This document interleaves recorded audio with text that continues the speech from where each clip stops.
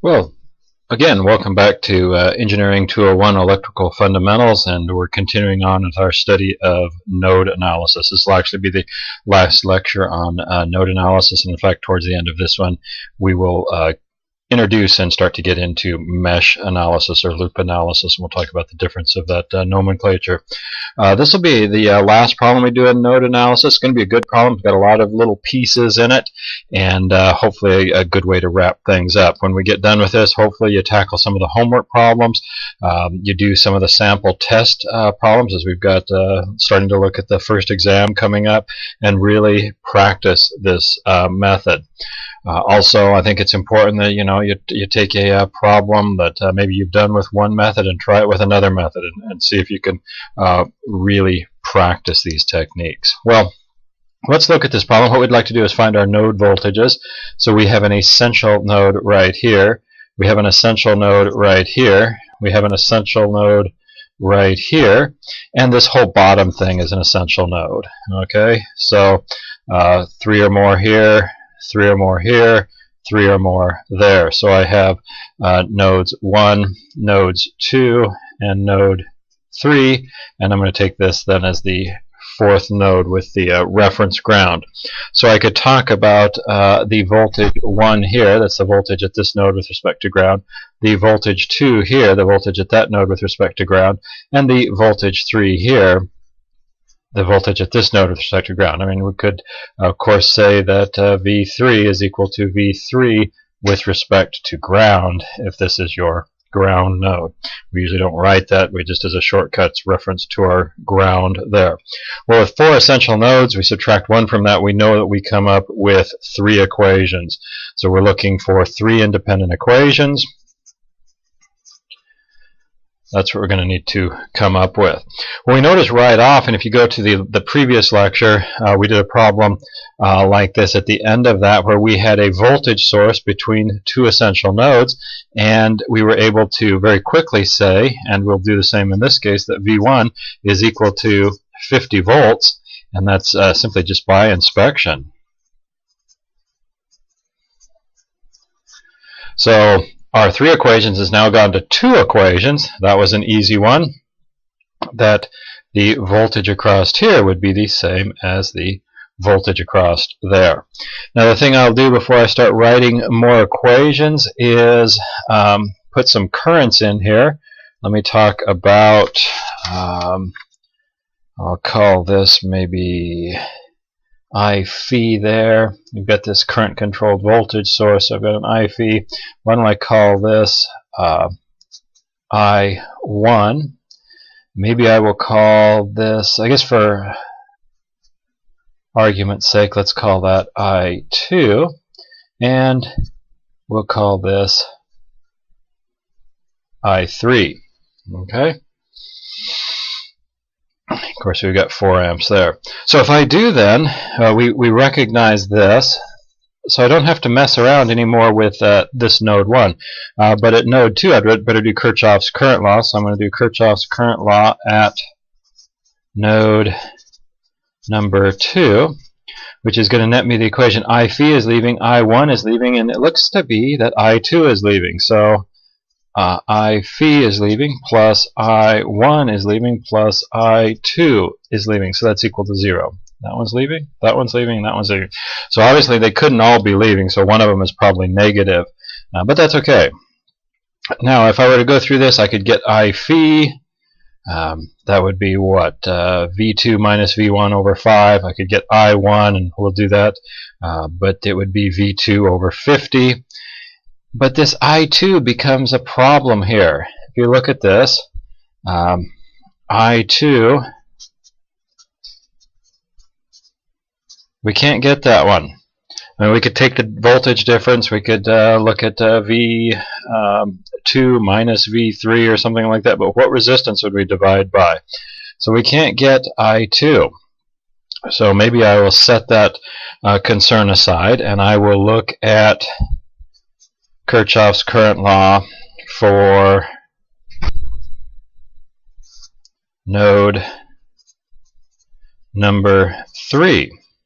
Well, what do I get there? I get I2 going in, and I3 leaving, and I4 going in. So I get I2 plus 4. I'm sorry, I2 is going in, and 4 is going in. That's just a current source. That's not I4. It's 4 amps going in is equal to I3. So I2 is going in, 4 amps is going in, and I3 is leaving. And again, I have the problem here that I could get I3, but I2, what in the world is I2? If I couldn't define it over here, I can't define it over there. So what I could do is I could put these together, make a substitution for I2. So I'd have that I phi plus I1. And based on this equation over here, what would we have? I2 is equal to I3 minus 4. Is that right? So making that substitution for I2, we'd have plus I3 minus 4 is equal to 0. So now we can get I1, we can get I3, and we can hopefully solve this problem. Now, this technique is what we call supernode.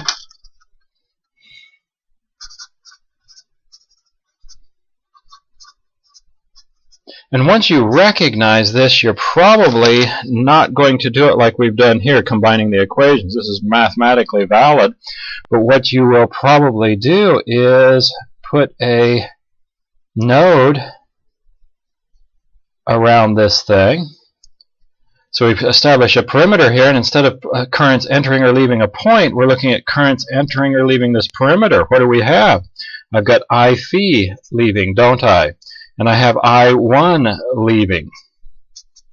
And I have I3 leaving. And I have 4 going in, so that would be a minus 4, because going out I've taken as positive, going in I've taken as negative, and that is equal to 0. Now, if you took going out as negative and going in as positive, you'd be the same as multiplying this equation by a minus 1. Well, anyway, let's double check this. Where'd I2 go? Well, I2 is not going across this perimeter, so it does not factor into this equation. So the supernode, we can write this equation directly. I phi plus I1 plus I3 minus 4 is equal to 0. Well, let's get started. Whether we were to do this method or whether we were to come directly to this, then we can do our substitutions. What is I phi? Well, I need to find the voltage that is opposite the direction of that current, the voltage potential. So that's going to be V2 minus V1 divided by 5 plus I1. That's pretty easy. I just have to go up there, so that's V2 over 50 plus I3. Where's I3? Right there. That's going to be this voltage here, which is V3 divided by 100 is equal to, I'll move that negative 4 to the other side and call that positive 4. So I phi, I1, and I3. Let me double check this. Let's see, yep. And this one, V2 over 50, V3 over 100. Yes, okay. Now, if we look at this equation, we got V1, we have V2, and we have V3. I have 3 unknowns in here. Well, remember that we know V1, so I could make a substitution for V1, and I would have then remaining V2 and V3. So I need another equation. Well, there's always another equation that exists with a supernode.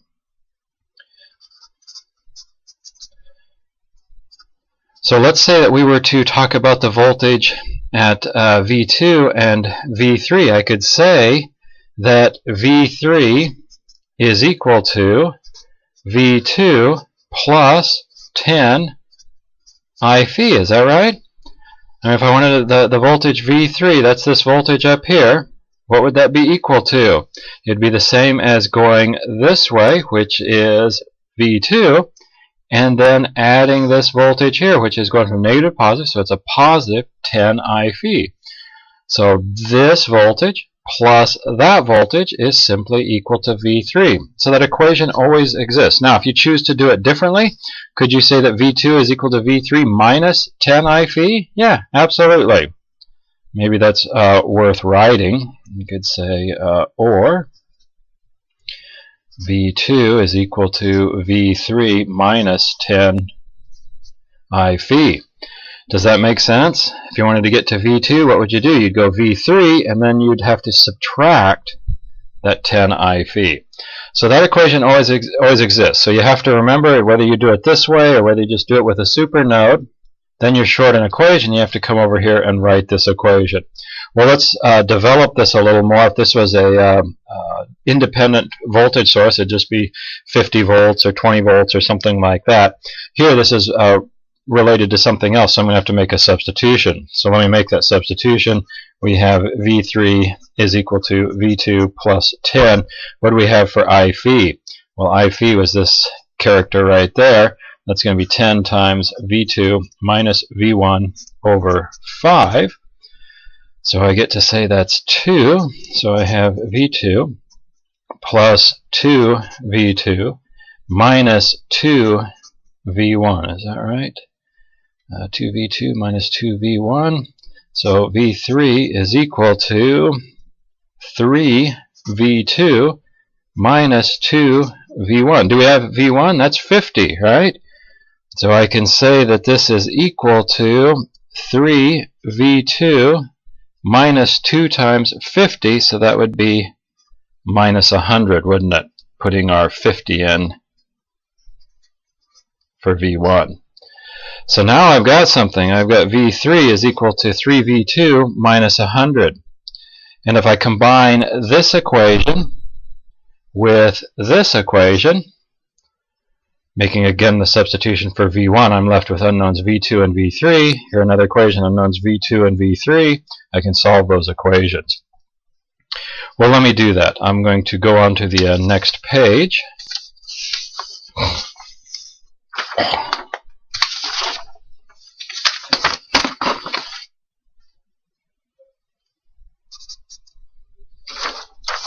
So let me transpose this. We have, I'll just rewrite the equation quickly here, V2 minus V1 over 5 plus V2 over 50 plus V3 over 100 is equal to 4. Let me double check that. Okay, and then what was the other one that we had down here? We had that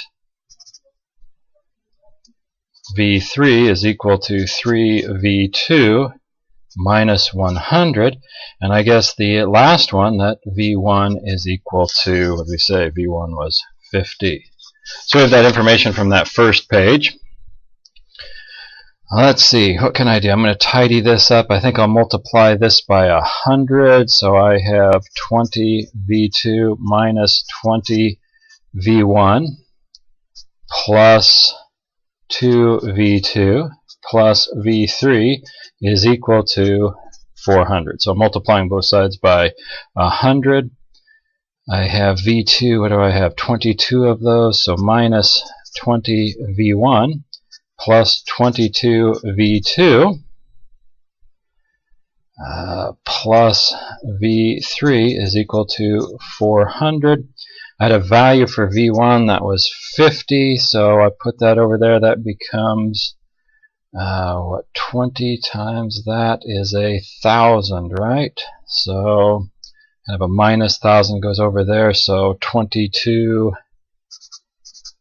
V2 plus V3 is equal to, this is a minus 1,000, goes over as a positive 1,000, be 1,400. Let me double check that. Don't have an algebra or arithmetic mistake throw me off. I think we are good there. And we said that V3, this is ready for really a substitution there. So I could say I have, substituting in, 22 V2 plus 3V2 minus 100 is equal to 1,400. So I have 25 V2 is equal to, the negative 100 is going to go over here as 1,500. So V2 is equal to what? 60? I think that's correct. Okay, 60. So that's a nice intermediate answer. This, by inspection, the V1, that was actually an answer. So we've got V1, we've got V2, and now I can come over here and do V3. So we know that V3 is equal to 3 times what's V2? 60 minus 100. So we have, what, 180 less 100? I come up with 80 volts. Okay, so we had V1 at 50 volts, we had V2 at 60 volts, and we had V3 at 80 volts. So a good problem. Going through recognizing that it was a supernode. Even if we don't recognize that it's a supernode, if we're honest with our math and don't make up something for I2, and people tend to do that, they make matters worse by making it up. Well, the odds of guessing the right thing for I2, I mean, the answer could be from virtually minus infinity to positive infinity. The odds of getting that right are pretty much zero. So don't guess something. Don't make it worse. Recognize you don't know I2. Put the equations together, and you'll get the same thing that you do even if you didn't recognize that it was a supernode. Okay, so again, a good practice problem, and again, I would encourage you to take this problem to cover up the work and see if you could go back through and solve that. A great problem as we finish up node analysis. Well, the other big tool, node analysis, is going to be one of our big guns, and the other one is mesh or loop analysis, and I'll use those terms fairly interchangeably, but there is a technical nuance between those, and I will cover that. So with mesh or loop analysis, and if you were with us last year in the GE classes, GE102 and GE103, we did a little bit of this so that we could come up with things to calculate in terms of, it gave us good matrices to use matrix solvers on and whatnot. If you weren't with us in those classes, that's okay. Frankly, mesh and loop analysis usually goes easier than node analysis. But if you remember something vaguely, you're probably remembering correctly. We have done a little bit of this in the GE classes.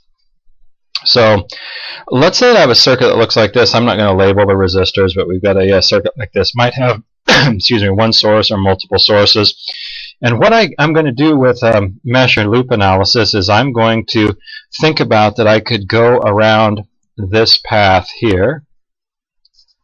I could go around this path here, and there's no requirement that it be clockwise. I, out of habit, almost always go clockwise. So we could have a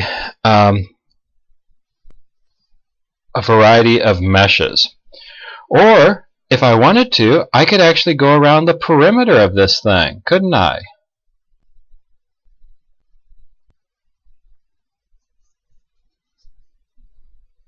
Okay, and this would be a loop, whereas one of these would be a mesh. And the difference between a mesh and a loop is simply a closed path where you start at a point and you go around and you go back to the point without encountering any point more than once. So we start here, we go around, and we encounter no point more than once and come back to the starting point. A mesh is a specific one. It has no other loops inside. It's a specific type of a loop. So maybe we'll spell that out. A loop with no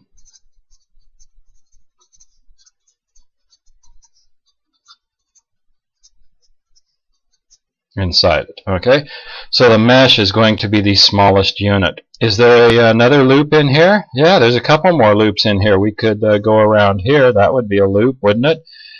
We could go around here. That would actually be a loop.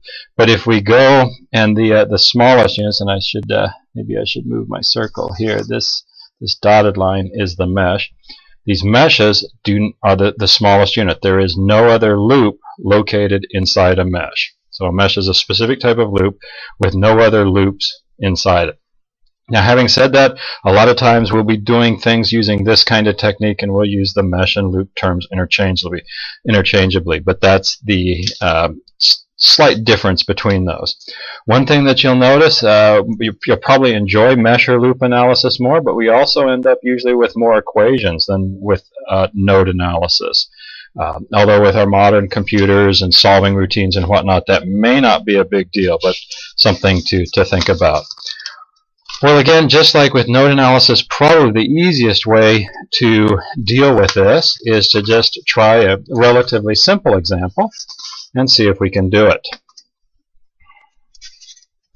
So I'm going to try this problem here. And you might ask, well, why would you use node analysis, or why would you use mesh analysis? Typically, if I have more than one source, I'm going to start thinking about a more robust technique like node or mesh, and not just using circuit simplification, current division, voltage division, and things like that. Then you might ask the question, well, why would you want to use loop analysis or node analysis? And obviously, if there's a test question where it says do node analysis, you have to do node analysis. But if it's left up to you, usually if the problem, maybe I'll back up and look at this sheet here, if the problem looks like a ladder on its side, okay, I think of node. It usually works pretty well to establish that point down there as your ground. Whereas if I have a problem that looks like window panes, I usually think of mesh. Now, could you solve this type of problem with a mesh or this type of problem with a node? Absolutely. But it tends to work a little easier, I think, if you take this type of problem with a node and this type of with a loop or mesh. So anyway, this one I guess could be either way, and we'll work it either way. Now, when I say that, I mean, if you correctly work this one with mesh analysis, you'll get the right answers, and likewise, if you correctly work this with node analysis. But sometimes, particularly doing a node analysis on this can be a lot of equations running around there. So let's try this one. What I'm going to do is I'm going to superimpose these currents here. I'm going to assume that I have this current here. I'll say that's I1, just like I assumed node currents. But these are mesh currents, I1 and I2. You might say, well, how do you know they're going clockwise? Well, I put them in clockwise by habit, and if I'm wrong, I get a negative sign. So we'll let the negative signs take care of themselves. So now what I'm going to do is I'm going to look at Kirchhoffs voltage law. Remember, with node analysis, we used Kirchhoffs current law. Here I'm going to use Kirchhoffs voltage law around a loop, or maybe I should say mesh. Technically, it's a mesh.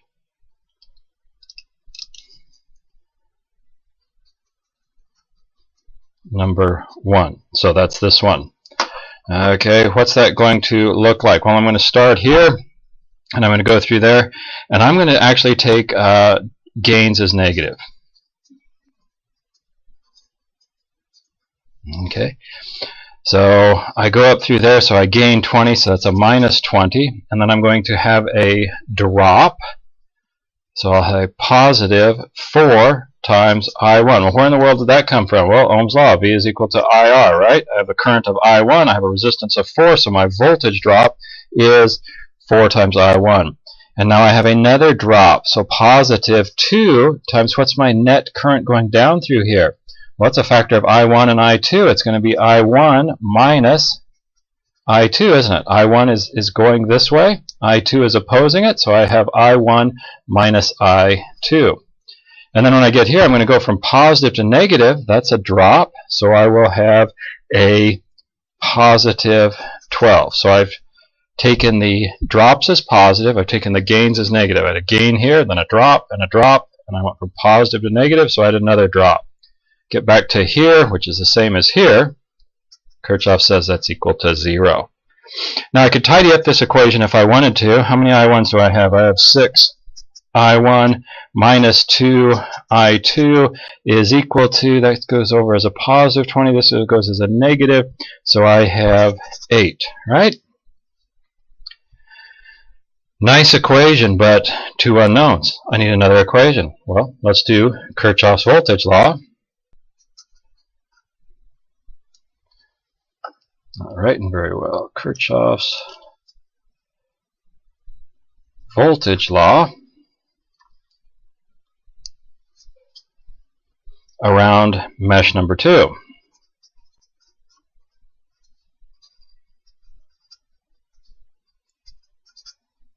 Kirchhoffs voltage law around mesh number 2. And again, I'm going to take gains as negative. That is to say, drop is positive. And the reason I've done that is we tend to, I mean, you could do it either way. The reason I do this is more just a practical matter, that we tend to have fewer gains. Our gains have to equal our drops by Kirchhoff's law, but we usually have multiple resistors and then one large voltage gain or two large voltage gains. So I can minimize the number of negative signs with this. That's what this is all about. So let me maybe start at this point. We'll get a little momentum here. So I have a drop of 1 times I2 plus another drop of 5. So I'm coming around here. Another drop of 5 times I2. And then I come around here, there's nothing. As I go up from negative to positive, now as I'm going this way, as I'm going up from negative to positive, that's a gain, so it's going to be minus 12. And then I have a drop, so positive 2 times what? What's our current up? That's I2. And now I1 is opposing it. It's going opposite, so I have to subtract I1. That gets me back to my starting point. Kirchhoff says that's equal to 0. So as I went this way through this, it was a drop. As I went this way through it, it was a gain. So we see a different sign here than we did there. Well, let's see. What do I have for I1? I've got minus 2 I1, and then I2, I've got 1, and 5 is 6, and 2 more is 8. So positive 8 I2, and then I have to move that negative 12 to the other side. So I'll have something like that. Now, if you wanted to, you could put this into to matrix form. You could take these two equations and put them in, let's see. So in matrix form, what would this look like? 6 and minus 2. And then minus 2 and 8, and we'd have I1 and I2 is equal to 8 and 12. So we can build that matrix and solve it if you want to. Fairly easy just to add these things together. I guess I didn't really properly define the problem. Shame on me here. Given. What are we looking for? Maybe we'll say we're looking for the power dissipated in the 5 ohm resistor. So we're looking for the power here. Okay. So with that, I really don't need I1. I needed the equation because that helped me solve I2, but if I could get I2, we know that the power is going to be equal to I2 squared that times 5 ohms, right? So if I can get I2,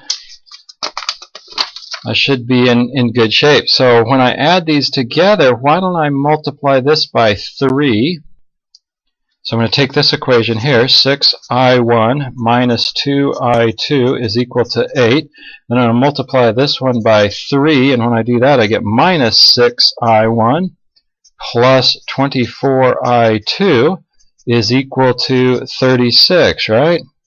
So when you add these together, you get 0I1, you get 22I2 is equal to, what, 44? So I2 is equal to 2 amps. Okay. Now you could have solved these and got I1 and then substituted and got I2, but I knew that I wasn't necessarily looking for I1. If you want I1, plug this 2 amps back into either one of the equations and solve for I1. Well, let's finish this thing up. So we could say then that the power is going to be equal to I2 squared, so that would be 2 squared times 5 ohms, which gives me what, 20 watts? Okay. So, like I said, most people have an easier time with node, or no, I'm sorry, not node, but with mesh or loop analysis. And this is technically mesh analysis. So we wrote our Kirchhoffs voltage law equations, we combined those, we solved for the unknown currents. So with node analysis, we're solving for unknown voltage. With loop or mesh analysis, we're solving for unknown currents. Hopefully a good problem, a beginning problem to illustrate that. We came up with 20 watts. Well, let's take this same problem. And before we leave it, practice with node analysis. So again, let's say we're given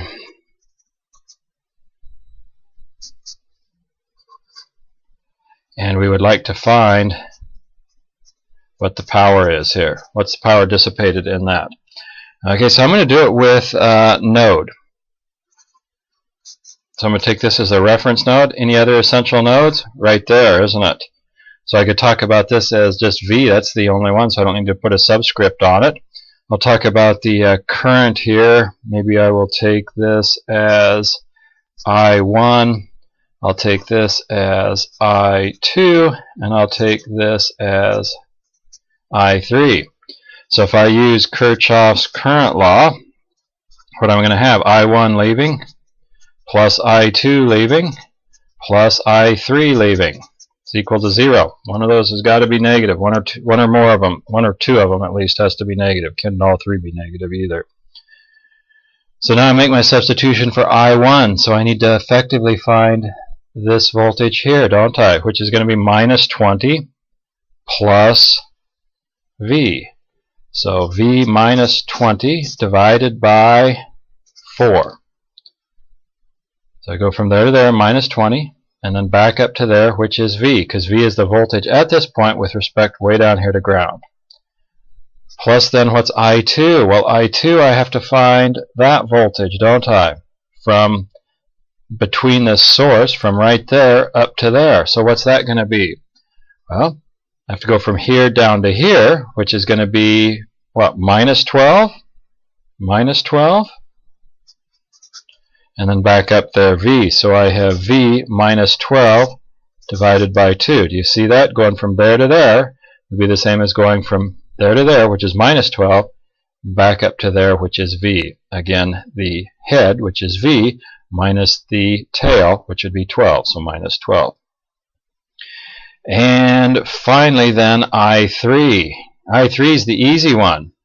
This current here goes through, essentially just goes through a 1 ohm resistor and a 5 ohm. And when you could try and do voltage division here, but it's a lot easier to just recognize these are in series. So you're going to have 6 ohms in the denominator, and you really just have V, because the voltage across this combination, this 6 ohm combination, is V. So you're going to have V over 6. That's equal to 0. Multiply this thing by what? 12. So what do we come up with? It's going to go into there. We have 3V minus 60 plus 6V minus 72 plus 2V is equal to 0. Tidy this up a little bit. What are we going to have? 3 and 6 is 9. 11 V is equal to, and we probably would have been better off with a subscript here. This looks like 11 volts, but V is our unknown, so 11 times the unknown V. And we move negative 60 becomes a positive 60 on the right-hand side, and we have a positive 72 when that moves over. So we've got what? Positive 132, is that right? I think so. So V turns out to be 132 divided by 11. Double check that. Yeah, 12. Is that right? Yeah. Okay, so we've got 12 volts. So the voltage at this point with respect to there is 12 volts. Well, does that make sense based on this? Let's see. Well, that's kind of weird. I1, and for the voltage at here with respect to there to be 12 volts, that means it's the same as that. So what's the voltage drop across that resistor? It would be 0, wouldn't it? So that means I2 has to equal I1. Let's check that out. We had, looking at this equation here, 6I1 minus 2 times I2, which is 2, is equal to 8. So 6I1 is equal to, what do we have? We got 4. We move it over there. That's 12. And I1 is equal to 2 amps. So I1 is equal to I2, so there's no voltage drop across that resistor. So indeed it's 12.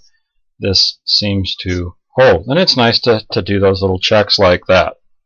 It's a little bit unintuitive, but you can end up with problems like that where you have no net current. Okay, now we'd like to find the power.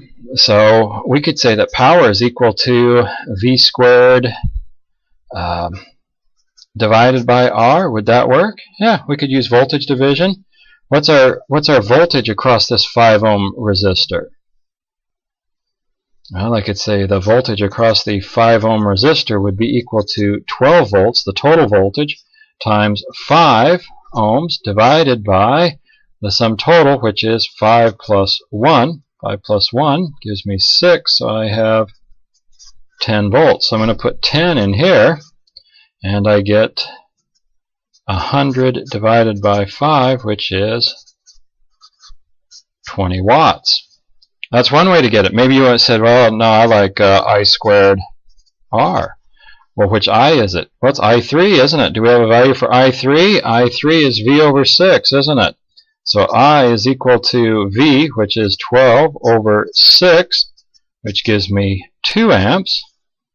So power is equal to 2 squared times the resistance of 5, which is 4 times 5, gives me 20 watts. Okay, so we're starting to get lots of methods, lots of tools here. And you can practice problems several different ways. Get in your study groups. When someone's having trouble, show them not only that you were able to get it, but then talk to them about, well, why it didn't work. They were taking the wrong polarity, or they were using the wrong method, or something like that. And that really, at that point, you really begin to have full understanding. Well, this lecture, we finished up node analysis, and we started mesh or loop analysis. We've got a couple more tricky problems with mesh or loop analysis that I will show you, and we'll wrap those up in the next lecture. So take care till then, and thanks for watching.